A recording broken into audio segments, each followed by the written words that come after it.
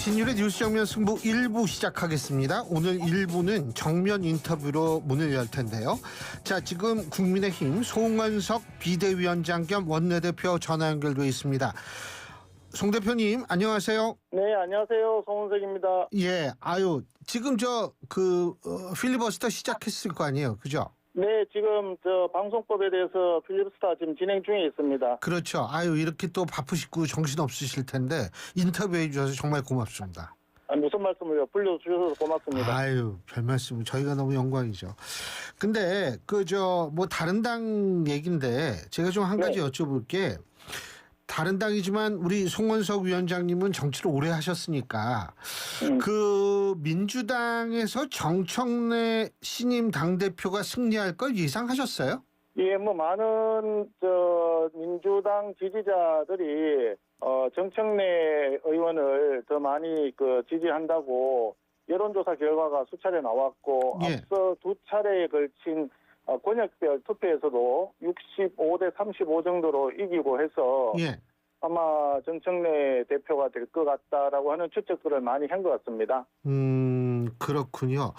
이게 왜냐하면 일각에서 이재명 대통령의 의중은 좀 박찬대 의원 쪽으로 가 있다. 이런 분석 보도도 있고 그래가지고 제가 여쭤본 거였거든요.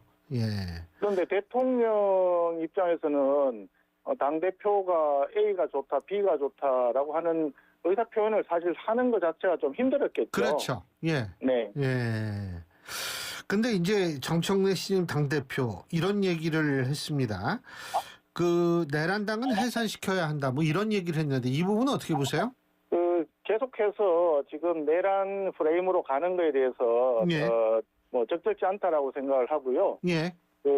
이 정청래 당대표가 되었으니까 예. 법사위원장 시절에 했듯이 혼자 독단적으로 회의를 이끄는 그런 방식으로 하면 집권 여당의 대표로서 전국 전체를 운영해야 되는 막중한 책임이 있는데 예. 향후에는 이제 그냥 야당의 대표가 아니라 정권을 쥐고 있는 집권 여당의 당 대표로서 예. 조금 더 통큰 정치, 협치와 헌신의 정치 이렇게 나아가는 것이 바람직하지 않겠나 생각을 합니다.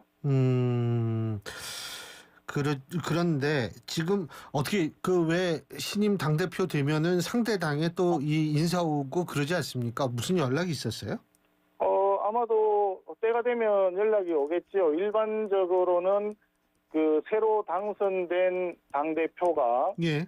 상대당의 당대표를 한 번씩 이렇게 예방하는 것이 그동안의 국회 관례인 것으로 저는 알고 있습니다. 예. 그리고 정청래 당대표에 대해서 전당대회에서 당선되었다는 이야기를 듣고 우리가 축하난을 조치를 저희들이 했습니다. 예.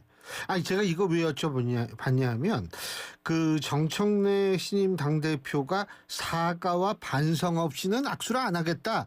이래가지고 혹시 안 찾아오는 거 아닌가 이런 생각을 하시는 분들도 있어서 여쭤본 거거든요. 그거는 정청래 대표에게 달려 있는 거니까 제가 뭐라고 말씀드릴 수 있는 건 아닌 것 같습니다. 예. 네. 만일 안 찾아오면 할 수 없는 거죠. 그러니까 그거는 예. 제가 말씀드린 것처럼 예. 집권 여당의 당대표라고 하는 것은 야당 시절에 예.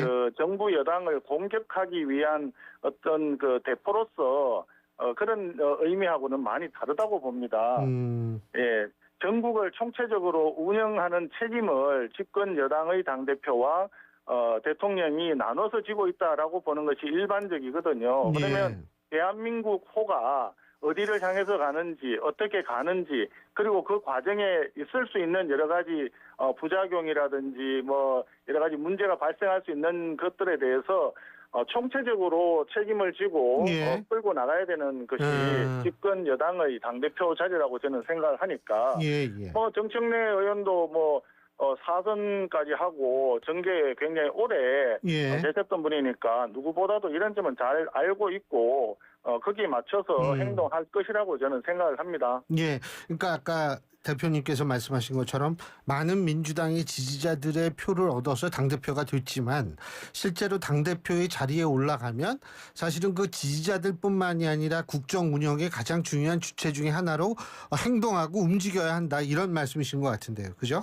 그렇죠. 예. 대통령도 지금 이재명 대통령도 이재명 대통령을 찍지 않은 사람이 50%가 넘지 않습니까? 예. 과반수 이상이 이재명 대통령을 지지하지 않았지만 소수의 지지를 받고 대통령이 되었다고 해서 그 소수만을 보고 만약에 행정을 끌고 나가고 대한민국의 정책을 끌고 나간다 하면 대한민국이 제대로 갈 수 있겠습니까? 마찬가지로 대통령과 함께 집권 정부 여당의 당대표가 가야 될 그런 자세는 분명코 100% 대한민국 국민 전체, 그러니까 정청래 의원을 좋아하지 않을 수 있는 또는 서로 생각이 다를 수 있는 야당의 목소리, 다른 그 국민들의 목소리도 충분히 듣고 수렴하고 수용해서 나아가야만이 대한민국이 올바르게 갈 수 있는 거죠. 알겠습니다. 지금 국민의힘 전당대회 상황도 좀 여쭤봐야 될 것 같은데요. 어제 뭐 비전 발표회 가졌죠. 그 당사에서 한 것 같더라고요. 제가 이렇게 보니까. 맞죠? 예, 맞습니다. 예. 근데 이제 뭐 윤 전 대통령을 둘러싼 갈등을 초래하지 말아달라. 우리 송은석 비대위원장님께서는 그런 말씀을 하신 걸로 보도가 됐는데, 그죠? 그런데 아직도 현실적으로 찬탄 반탄 갈려 있는 거 아닙니까? 어떻게 보십니까? 지금 사실은 이제 우리 야당이 되고 소수당으로 있다 보니까 예. 여러 언론에서 우리 당 내에 어떤 이슈가 나오면 자꾸 이렇게 갈라치기 하는 프레임이 자꾸 작동이 하는 것 같습니다. 뭐 찬탄, 반탄 이런 이야기들이 예. 뭐 그때 당시에 탄핵을 찬성하고 반대하고 했던 거는 있지만 반대했던 찬성했던 어쨌든 탄핵이 이루어졌지 않습니까? 예. 합법적인 심판이 이미 끝났다. 예. 그런 상태로 또 우리는 헌법재판소에서 탄핵 심판 결과가 나오기 전부터 예. 우리 당에서는 결과에 승복하겠다. 이미 두 차례 얘기를 했지 않습니까? 예. 그 결과로 이미 우리는 그 당시에는 생각이 서로 달라서 의견이 좀 달랐지만 예. 그 결과는 수용하고 승복하고 이미 사법적인 판단이 끝났고 그리고 대선이라고 하는 정치적인 판단, 정치적인 심판, 국민적 심판도 이미 다 끝났기 때문에 예. 그 결과를 수용하고 우리는 야당이 되면서 그 모든 걸 수용하고 거기에 맞춰 나가야 된다. 그리고 국민들의 어떤 신뢰를 회복하기 위해서 우리가 야당 입장에서 최선을 다해야 된다. 그렇게 생각을 합니다. 그렇기 때문에 이미 지나간 과거에 있었던 예. 그런 윤 대통령과 관련된 부분을 가지고 서로 갈등을 만들고 초래하고 유발하고 하는 그런 언행은 우리가 스스로 자제를 해야만이 예. 오히려 국민들께 우리가 더 신뢰를 얻을 수 있는 길이 아니겠나 그렇게 생각을 하는 거죠. 우리가 가야 할 길은 당의 혁신 그리고 민생 의제 이걸 가지고 국민들께 가까이 다가가는 그런 자세가 필요하다고 생각을 합니다. 근데 이제 지금 언론 보도도 이렇게 나오고 자꾸 그런 얘기가 나오는 게 좀 두 가지가 아닌가 이런 분석이 가능할 것 같은데 하나는 전한길 씨 문제를 둘러싼 아직까지도 좀 뭐 갈등이라 그러면 갈등이고 논쟁거리면 논쟁거리가 되고 있고 뭐 이런 식에다가 또 전한길 씨가 당 후보들한테 뭐 면접이라는 표현은 좀 과합니다만은 어쨌든 뭐 질문지를 보내거나 질문을 하려고 하고 이런 상황이 계속 되기 때문에 그런 것 아닌가 이런 생각이 들거든요. 이 부분은 어떻게 보십니까? 근데 그것도 뭐 사실 우리 당에 대해서 별로 폄훼하는 하나의 프레임 중에 하나라고 저는 생각을 합니다. 예. 뭐 한 사람이 입당을 하고 또 어떤 의견을 냈다고 해서 우리 당 전체가 뭐 거기에 대해서 좌지우지되는 그런 경우도 없을 것이고요. 우리 당을 사랑해 주시는 국민들의 지지를 회복하기 위해서 우리도 또 노력하고 있는 상황인데 특정인이 나와서 당대표 후보들이나 이런 분들에 대해서 뭐 면접을 뭐 그런 표현을 썼는지 저는 정확히 알지 못합니다만은 예. 그런 표현은 안 그렇게 썼을 거예요. 과잉으로 나오는 것도 문제가 되고요. 예. 그래서 저는 이미 그 서울시당에 그 어떤 그 동안의 어떤 은행이 문제가 있는지 그런 부분을 조사를 하라고 지시를 한 바가 있고 예. 거기에서 사실관계에 따라 가지고 당헌 당규가 정한 절차나 그 규정에 따라서 예. 필요하면 거기에 따른 적절한 조치는 취하도록 그렇게 좀 지시를 이미 한 바가 있습니다. 예. 그 결과는 언제 나오나요? 그거는 윤리위원회 자체가 독자적이고 독립적인 기구이기 때문에 아마 서울시당 윤리위원회에서 자체적으로 아마 회의를 하고 뭔가 필요한 조사는 하고 있지 않을까 저는 생각을 합니다. 별도로 예. 제가 이 부분을 조사 과정을 따로 제가 보고를 받는다든지 이런 일은 지금 없습니다. 예. 두 번째로는 사실은 윤석열 전 대통령이 이 자꾸 더 주목을 받게 되는 이런 상황이 국민의힘한테는 조금 상황을 더 어렵게 하는 것 아닌가 이런 얘기가 나올 수도 있을 법한데요. 그러니까 그 얼마 전에 있었던 그 체포영장 집행 불응 과정에서 있었던 여러 가지 얘기들이요. 뭐 이런 것들도 긍정적이지만은 않을 것 같은데 이 윤 전 대통령이 자꾸 언급되는 거 이것도 사실 당으로서는 좀 부담되지 않을까 이런 생각이 드는데 어떻게 보십니까? 네, 이런 질문과 답을 하는 것 자체가 별로 좋지 않다고 생각을 합니다. 예. 대통령까지 지내신 분이니까 예. 잘 알아서 할 거라고 생각합니다. 예, 알겠습니다. 그리고 아까 윤리위원회 말씀하시니까 제가 한 가지 더 생각이 나는데 권영세 전 비대위원장하고 그 이양수 의원 두 분에 대한 당원권 정지 3년이 일단은 지금 윤리위에 넘어간 건가요? 이게 어떻게 된 건가요? 우리 당에 예. 중앙윤리위원회와 당무감사위원회가 예. 독립된 기구로 있습니다. 예. 그래서 당무감사위원회에서 아마 그렇게 정해가지고 윤리위로 보낸 것으로 알고 있거든요. 예. 그래서 당무감사위원회도 사전에 그런 내용으로 의결할 거라는 걸 전혀 사전에 제가 듣지는 못했는데 아마 윤리위원회에서도 지금 이 부분에 대해서 적절한 시기에 아마 회의를 열어서 잘 처리할 거라고 저는 생각을 합니다. 이런 부분에 대해서 우리가 당 지도부가 나서서 예. 왈가왈부하는 것 자체가 당헌 당규에 적절치 않은 언행이 될 수 있기 때문에 제가 더 이상의 설명은 좀 생략하도록 하겠습니다. 알겠습니다. 그리고 지금 특검 수사가 계속 진행 중이지 않습니까? 그렇죠? 네. 근데 이제 그 유감스럽게도 그 국민의힘 의원들 몇 분이 지금 압수수색을 당하거나 수사 혹은 조사 대상이 되고요. 개혁신당의 이준석 대표도 압수수색을 당했는데 이런 상황은 어떻게 평가하고 계십니까? 이미 이 부분에 대해서는 몇 차례 제가 입장을 내기도 했는데 네.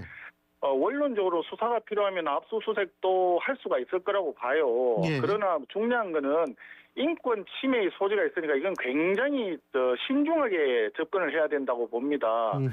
특히나 참고인인데 참고인에 대한 압수수색 거기에다가 주거지 자택에 대한 압수수색은 그동안에도 검찰이나 경찰에서 영장을 청구할 때부터 굉장히 신중하게 했고 예. 또 법원에서도 그런 부분은 굉장히 조심스럽게 해서 영장을 다른 사무실이나 이런 부분에 대해서는 영장이 나오더라도 주거지에 대해서는 불인한다든지 해서 기각을 시키고 했는데 이게 너무 좀 과하게 나오는 것은 정치적인 어떤 의도가 있는 거 아니냐. 야당 망신주기 내지는 정치 보복성 압수수색 아니냐 이런 이야기들이 많이 나옵니다. 특히 좀 말씀드리면 김성교 의원 같은 경우에도 압수수색 영장이 나중에 보니까 고속도로 노선 변경과 관련된 건 줄 알았더니 그게 아니라 2013년도에 무슨 개발 사업과 관련된 거라고 하더라고요. 그리고 2013년도에 양평 군수 때 이야기인데 그러면 압수수색을 의원실로 그게 왜 나오죠? 2013년도에는 예. 군수였는데요. 필요하면 군청에 가야지 맞는 거죠. 그러니까 이런 부분들은 정말 이해가 되지 않는 내용이다. 또 임종덕 의원에 대한 부분도 마찬가지로 의원회관에 나왔는데 그 당시에 임종덕 의원이 아마 청와대 안보실장인가 청와대 근무할 때 대통령실 근무할 때 이야기던데 그러면 그 대통령실에 가서 압수수색을 해야 그 자료가 나올 수 있지. 어떻게 의원회관에 와가지고 그 자료를 찾느냐. 이런 것 자체가 굉장히 정치적인 어떤 의도가 있는 야당 산압 내지는 망신주기 압수수색이다. 이런 의구심을 버릴 수가 없는 거죠. 그래서 앞으로 이런 부분에 대해서는 영장 청구를 좀 신중하게 해주시고 법원에서도 영장을 청구 들어온 영장을 좀 신중하게 발부하도록 노력해 주시기를 바랍니다. 예. 지금 오늘 그 리얼미터의 여론조사 혹시 보셨는지 모르겠습니다만 7월 28일부터 8월 1일까지 전국 18세 이상 남녀 1,012명을 대상으로 한 여론조사고요. 중앙선거 여론조사 심의위원회 홈페이지를 참조하시면 되시는 여론조사인데 이 여론조사를 보면은 사실은 이 국민의힘하고 민주당하고 이 정당 지지율 격차가 조금 더 벌어졌거든요. 그러니까 이런 상황 때문에 이것이 벌어졌다고 보십니까? 지금 말씀하신 그런 상황 때문에요? 지금 정당 지지도와 관련된 부분은 예. 여러 가지 요인이 있을 것입니다. 여러 가지 요인이 있을 건데 지금 이제 새로 대통령이 들어섰고 예. 새로운 정부를 구성을 하는 과정에서 예. 좀 허니문 기간에 해당이 된다고 생각을 하고요. 예. 지금 조금 전에 여러 가지 질문을 주셨지만 우리 당내의 일로 야당은 굉장히 그 프레임 속에 지금 잡아 넣으려고 하는 그런 그 의도들이 다분히 있어 보입니다. 예. 그렇기 때문에 국민들이 일반적으로 봤을 때는 세세한 내용에 대한 부분보다 그런 전체적인 그 부분에 관해서 국민들이 반응을 하실 수가 있겠다. 그런 생각을 합니다. 예. 지금 우리가 필요로 한 것은 당내 혁신이라든지 쇄신 작업을 계속 진행을 하고 이번 전당대회를 통해서 우리 당의 혁신 의지와 또 국민들에 대해서 신뢰를 회복하기 위해서 노력하는 그런 모습들이 점점 더 이제 많아진다면 국민들께서도 다시 그것을 지켜볼 거라고 생각을 하고 국회 내에서의 여러 가지 지금 법안들에 대한 문제도 굉장히 많은데 집권 여당이 숫자가 많다고 일방적으로 밀어붙이는 이런 법안들에 대해서 우리가 지금 필리버스터를 포함을 해서 계속 투쟁도 하고 협상도 하고 있지 않습니까? 이런 부분들을 보시면서 우리 그 국민의힘에 대해서도 다시 한번 국민들께서 지지를 해주시지 않을까 이런 희망을 가지고 있습니다. 예, 그리고 그 민주당에서 특검 지원한다고 3대 특검 종합대응 특위 이런 걸 발족을 했는데 이거는 어떻게 보십니까? 사실은 잘 이해가 안 됩니다. 3대 특검에 대해서 대응한다고 하는데 어떻게 보면 집권 여당의 압도적인 권력을 장악하고 있으면서 3대 특검의 수사 지휘 특위를 만든 거 아닌가 이런 또 우려도 있거든요. 특검이라고 하는 게 사실 독립성과 공정성이 생명인데 대놔놓고 집권 여당이 3대 특검에 대해서 수사 결과가 자기들 입맛에 맞게 나오도록 하려고 한다 이런 느낌을 줍니다. 이것은 굉장히 잘못된 내용이라고 생각을 하고요. 또 지난번에 정치 검찰 조작 기소 대응 TF인가 희한한 그런 기구를 또 만들었다고 하더라고요. 그런 내용들도 전체적으로 봤을 때는 이재명 대통령과 측근들에 있는 범죄 이거를 전부 이제 검찰에서 정치적으로 조작했다는 식으로 이제 프레임을 짜는 내용이라고 보입니다. 그래서 전체적으로 봤을 때는 사법 기능이라든지 법치주의 기능이 상당히 침해를 받지 않을까. 그래서 독재로 가는 길로 지금 가는 거 아닌가 이런 우려를 하는 사람들이 많으신 것 같습니다. 예, 수사 지휘 특위, 그러니까 3대 특검 종합대응 특위가 아니라 3대 특검 수사 지휘 특위다 이렇게 생각하신다는 겁니까? 그렇습니다. 알겠습니다.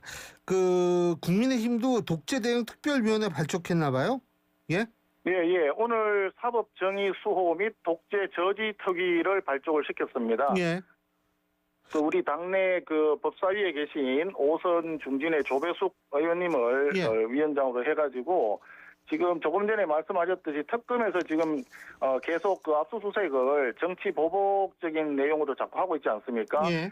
그래서 그런 부당한 야당 탄압과 정치 보복성 수사 이런 부분들을 하고 그다음에 지금 또 지난번에 박찬대 의원이 우리 45명의 국회의원 제명안 이런 걸 했는데 이런 야당 말살 기도에 대한 부분 그리고 조금 전에 말씀드렸듯이 민주당에서 지금 하고 있는 대통령 재판에 대한 어떤 공소 취소 압력 행사라든지 이런 등을 포함을 해서 사법부를 장악하고자 하는 그런 집권 여당의 업무에 대해서 우리가 이걸 투쟁을 하기 위한 선봉으로 이런 사법정의 수호 및 독재 저지 특위를 구성을 한 바가 있습니다. 아까 대표님께서 이 허니문 시기 뭐 이런 말씀하셨는데 그런 속에서도 이런 특기가 제 역할을 할 수 있다고 보십니까? 저희들이 이 특위를 만든 이유는 조금 전에 말씀드린 예. 대로 민주당의 독재적인 어떤 길로 일당 독재의 길로 가고자 하는 것을 예. 방지하기 위해서 우리가 이걸 만들었는데 예. 지금 말씀하신 대로 지금 허니문 기간이긴 하지만 예. 지금 이 대통령 들어오고 난 뒤에 굉장히 심각한 문제 있는 것들이 많았어요. 지금 조금 우리가 그저께 관세 협상도 타결을 했다고 하지만 예. 사실상 그 관세 협상 자체도 굉장히 우리 국민 경제에 부담이 큰 방향으로 됐거든요. 예. 원래 우리는 미국하고 FTA가 되어 있기 때문에 예.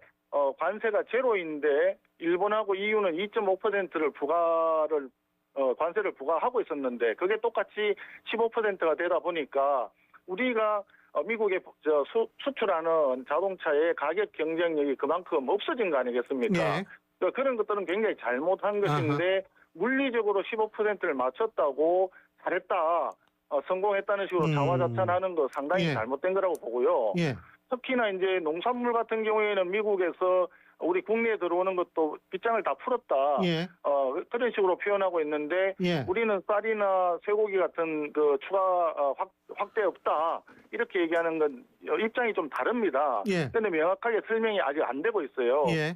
그러다 보니까 우리 농민들은 굉장히 걱정이 많단 말입니다. 예. 그럼 이런 부분에 정부가 명확하게 설명을 하고 어디까지는 우리가 막았고 어디부터는 좀 우려가 있다라든지 아니면 오픈하기로 했다라든지 알겠습니다. 이걸 명확하게 해줘야 되는데 그런 게 없다 보니까 예. 불명확하고 불확실하고 예. 불투명한 협상을 했다. 예. 그런 생각이 드는 거죠. 한 가지만 이런 것을 볼 예. 때 예. 이재명 정부의 국정 운영 능력, 역량이 되지 않는다라고 하는 그런 국민들의 의구심이 점점 커가지 않을까 이렇게 예. 저는 생각을 합니다. 그런 맥락에서 한 가지만 더 여쭙겠습니다. 간단하게. 지금 네. 한미 정상회담의 주된 주제는 이른바 방위비 협상이라든지 주한 미군에 있어서의 위상 변화, 역할 변화 이런 걸 것 같은데 이거 어떻게 전망하십니까? 지금 지난 8월 7월 31일인가요? 아침에 이제 협상이 타결됐다는 소식이 들어왔는데 예. 그 다음에 나온 얘기가 2주 정도 내에 이재명 대통령이 미국을 가서 트럼프 대통령하고 예. 정상회담을 해서 최종 합의문을 발표한다 이렇게 돼 있더라고요. 예. 그래서 그때 대통령이 갔을 때 최종 합의가 발표되는데 이번에 타결됐다고 하니까 뭔가 빠진 게 있을 것이다. 그게 뭐냐 하는 게 지금 질문하신 아마 외교안보 국방 차원에서 주한미군의 어떤 지휘 문제라든지 방위비 분담금 문제라든지 뭐 이런 쪽이 되지 않겠나 다들 그걸 걱정하는 것 같습니다. 예. 근데 이번에 방위비를 제외한 나머지 부분에서도 우리 국민 경제가 감내해야 될 부담이 상당히 큰데 만약에 방위비 분담까지도 더 많이 늘어난다고 한다면 우리 경제가 과연 이걸 버틸 수 있겠느냐. 더군다나 지금 얘기하듯이 주한미군의 어떤 지휘 문제까지 만약에 거론이 돼가지고 변화가 있다라고 한다면 그러면 한미동맹에 따라서 그동안에 대한민국을 지켜왔던 주한미군이 어떻게 된다는 것인가. 이 부분은 국제정치 그런 관련해가지고 굉장히 심각한 문제가 될 소지가 있다. 그런 점에서 이재명 대통령이 방미를 하든 언제 할지 모르겠습니다만은 트럼프 대통령하고 정상회담을 할 때 더 이상의 국민 부담은 발생하지 않도록 하는 선에서 뭔가 협상을 잘 맺고 와야 된다라고 하는 점을 좀 말씀드립니다. 예, 잘 알겠습니다. 여러 가지로 필리버스터 하시느라고요. 어수선하고 그러실 텐데 이렇게 인터뷰 응해 주셔서 다시 한번 진심으로 감사드립니다. 고맙습니다. 예, 고맙습니다. 예, 네, 감사합니다. 고맙습니다. 예. 네. 지금까지 국민의힘 송원석 비대위원장 겸 원내대표